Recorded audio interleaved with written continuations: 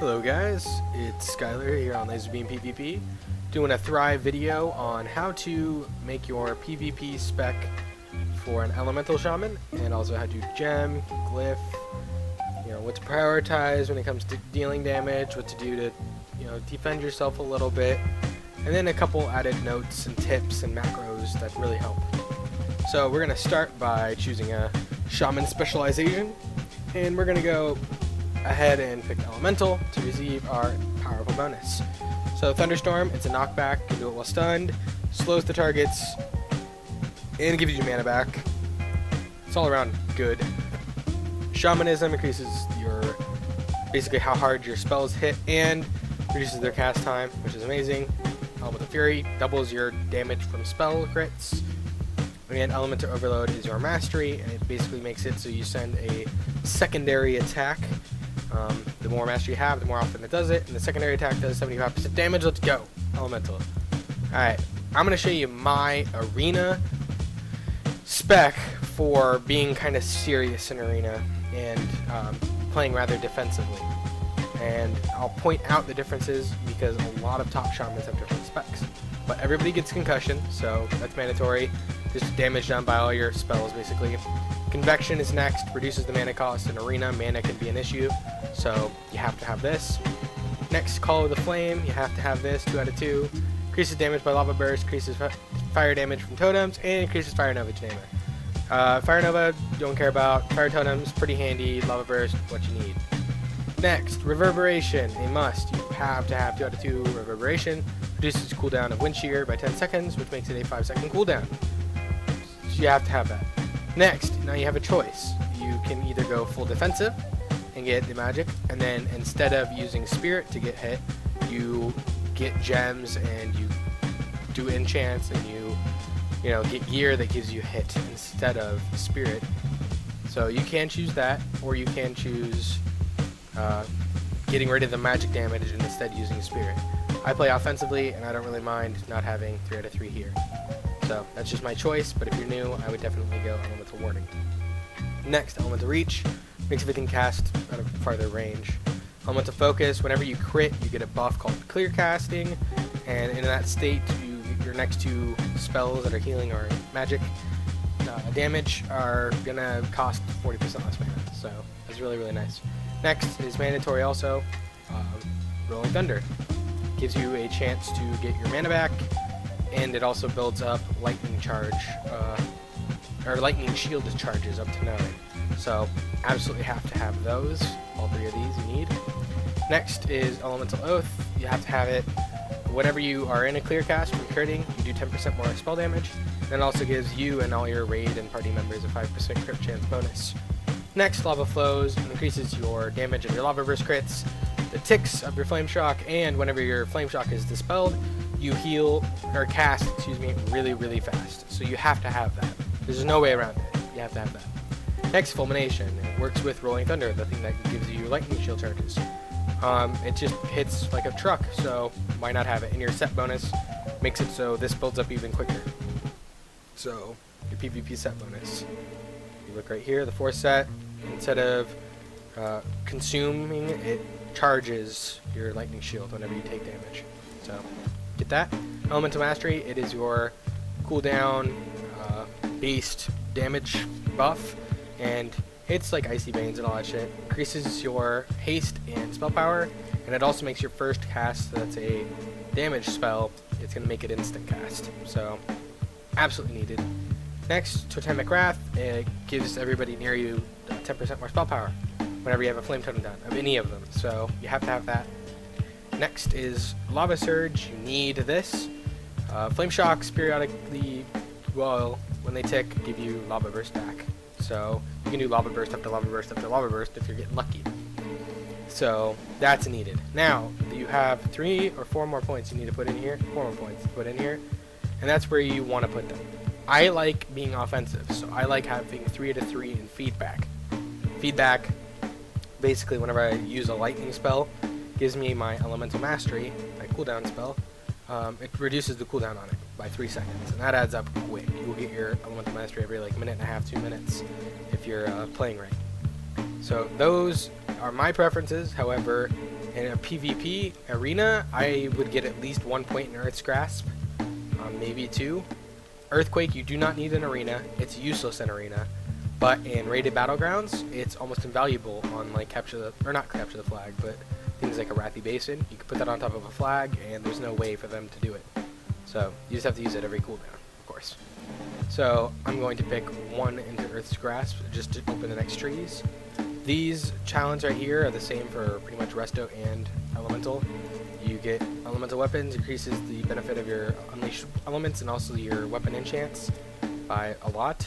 Next is improved shields, and that's just because focus strike doesn't help me because I don't use either of those abilities ever. So improved shield increases damage done by my lightning shield, which also increases the damage done by fulmination because it's going to be 15% more damage. And next is Ancestral Swift Fist. Ghost Wolf is instant cast, you run faster, yay. And then Spark of Life is mandatory for arena. You need these points, are not negotiable.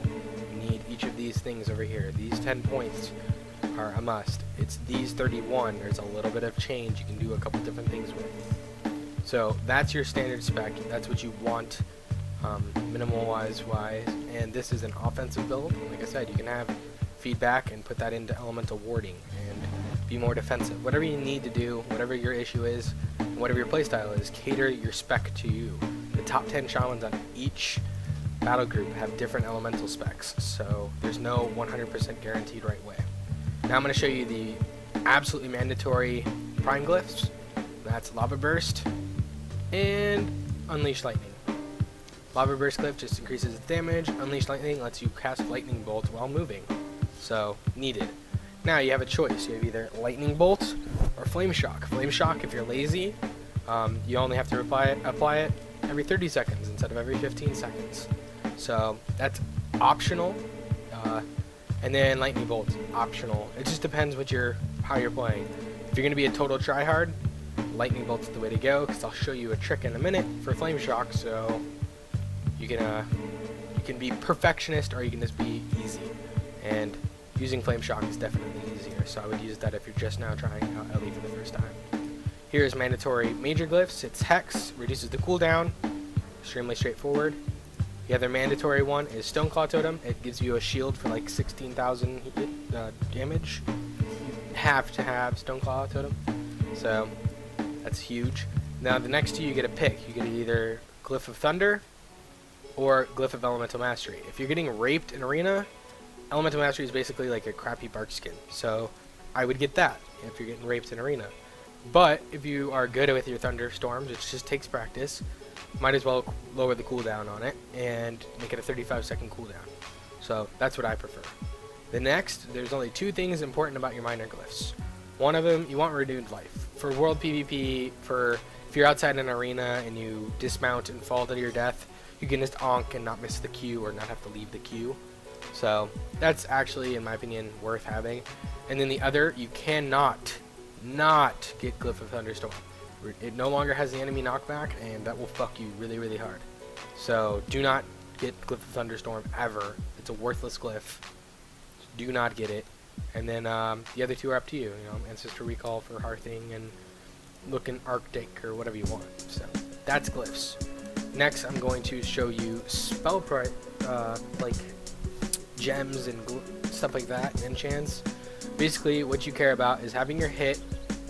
I'm in half PvE gear right now, so my hit's way high. You need 4% hit. Once you have that, and you can get that through either Spirit from Element of Precision, or you can just go actual hit. Doesn't matter. It's whatever build you have. That's what you do. So you need hit, and then you need spell penetration, which should just come from your cloak. You get to spell pen cloak. That's all you ever need for spell penetration. And once you have those 2 minimums, you're going to prioritize intellect. That's number 1. And then after that, you're going to prioritize haste. Haste is your most valuable, like, secondary attribute. There's just no way around it. Haste really helps. It makes Lava Surge quicker and more likely. Makes you cast faster. Just what you need is haste. So everything you need to do, put it in there. Make it intellect and then haste. So that's like me going for my set bonus, Bam. I get intellect, haste, and intellect and spirit for my hit. When I work at my real PvP set, it's a little better. Bam. Hit. Oh, I still have a couple pieces. Oh, I can't do that right now. So I'm closer to 4. So I have to get rid of the spirit on this and turn it into haste, and then I'll be pretty much optimized for this character. So once you have haste, enchants, mastery is probably good, but I would just use everything you can get. Bracers, don't get 40 stamina. I had that in my bag and I'm lazy, and these aren't the best ones. But once I get my conquest ones, I'll put haste on them. Just everything you can goes to haste. Alright, I'm Thunder Bluff in my PvP spec that I do rated battlegrounds with and PGs with. I'm just going to show you a couple tips for spell priority, and then defensive spell priority, and then just notes, you know, kind of author's notes on things you can do in Shaman play in general to really improve yourself. So, offensive spell priority, you always want your totems down. Make sure you have Healing Stream totem down. Usually, unless you're getting mana back through drinking, there's no reason to have mana sprite down, because it doesn't really help you. It doesn't do enough mana, and you almost always have a mana buff anyways. So Healing Stream totem down, it will do a surprising amount of healing throughout the match. So keep that shit going. So once you have your totems down, on your target you should always be doing something. Even if it's just lightning bolt spamming, that's fine. Just lightning bolt spam. It's still a great amount of damage. Like, you will not be wasting your time just by doing that. Now make sure your totem is, or your weapon is enchanted, so you can use Unleash Elements. And make sure whenever you're in combat, your totem is attacking. This target has Flame Shock, so my totem knows to target this. And then Fulmination is next in priority. I mean, Fulmination is great damage. There's just no way around it. And now I'm going to show you a tip for keeping Flame Shock on your target. It's pretty handy, and if you want to be real try hard and not use this glyph, like I am, this is the way to do it. So, Flame Shock's on my target right now, and Lava Burst is ready, and Unleash Elements is ready. So I'm going to use Unleash Elements, now I'm going to use Lava Burst and Flame Shock. Now both of them benefited from my Unleash Elements, which increases fire damage done by like 50%.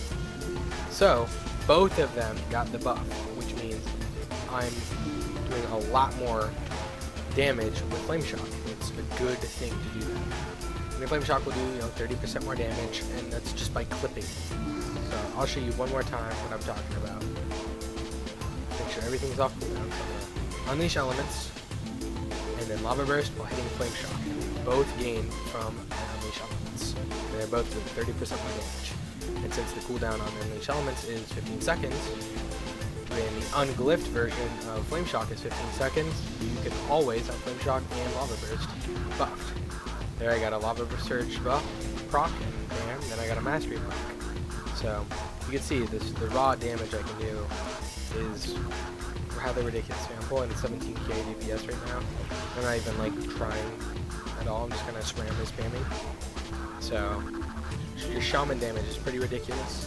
One thing you can do is whenever you use a spell power trinket or something, set your totem down again, and it will increase its damage. So it takes a snapshot of your stats whenever you place a totem, and that's your totem's stats. It's just a screenshot when you placed it. So every time you get a proc or you use an unused trinket, you drop your fire totem and make sure it's hitting your target, because it does a good amount of damage. Next is defensive. You can see all the buttons. All the important buttons are right in the middle of my screen. Defensive. Stoneclaw Totem, if they're on you, every 20 seconds you need to use this spell. It's extremely handy, and there's just no reason not to be putting that shield on yourself constantly. Next, these defensive things also entail my macros, and those are stop casting macros. Very, very handy. For my wind shears, for example, my wind shear macro has a stop cast and it's scroll up. My focus wind shear has a stop cast and it's scroll down. So that's my focus target. And this is my target. Let's say I'm casting, my focus starts, boom, I can just interrupt. And I won't get juked. I'm gonna be able to juke them, watch again, boom. And I'm wind shearing my focus target. And that's just through hitting scroll down. I mean, bam, you're gonna do it instantly. Some healers will kind of wait till you start casting, and then they'll start casting and not juke, because you're mid-cast. They don't expect you to interrupt them. So let's say they're casting, and then boom, you just interrupt them straight up, and then you cast right in their face, and they can't do anything to stop you. And that's rather enjoyable, to be honest. I mean, just right in their face, blowing them up, and they can't do anything to really prevent you from dealing damage to their team. So that's stop cast macros. Another one is when melee are on you, you don't want them to catch your nature line necessarily while you're running and casting lightning bolt. They can kick you. So I have a macro that I was actually going to show off called my Ghost. It's just my Ghost Wolf macro, and it has a stop cast macro in it and turns me Ghost Wolf. So I just click Ghost Wolf. Okay, boom, kick them, and they're on me. Bam, I'm Ghost Wolf mid cast. I can just go it. So there's some basic ones. Don't use grounding totem every cooldown. Make sure you catch something important with it. Soul swaps, surges, stuff like that. And then you got focus macros, you know, your modifier macros. Pretty much everybody nowadays uses these. So make sure you have one for your hex, and if you use keybinds to wind shear, make sure you have one like this, or at least have focus wind shear. Every 5 seconds you need to be catching, you know, something. And then here's my fancy healing macro. Time Lincoln and I both use these. It's a scroll over. So if I'm not, so like I'll scroll over the guard and I'm gonna cure him. See, he's getting cured. Well, let's say I don't have a target, it will cure me. Let's say I cure over me. Let's say I have him targeted, but I mouse over me, it will cure me. So it prioritizes whoever you're scrolling over or mousing over, and if not that, it does you or your target.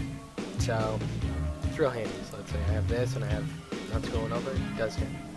So it's just a good overall macro. We have that for each of our heals too, so like chain heal. For resto, I have that set up with that same macro, and that's really, really handy. So that's just a couple tips. Hopefully the guide worked for you. This has been Skyler with LazorBeamPvP and Thrive. Good luck with your Elemental Shaman PvP adventures. Yeah!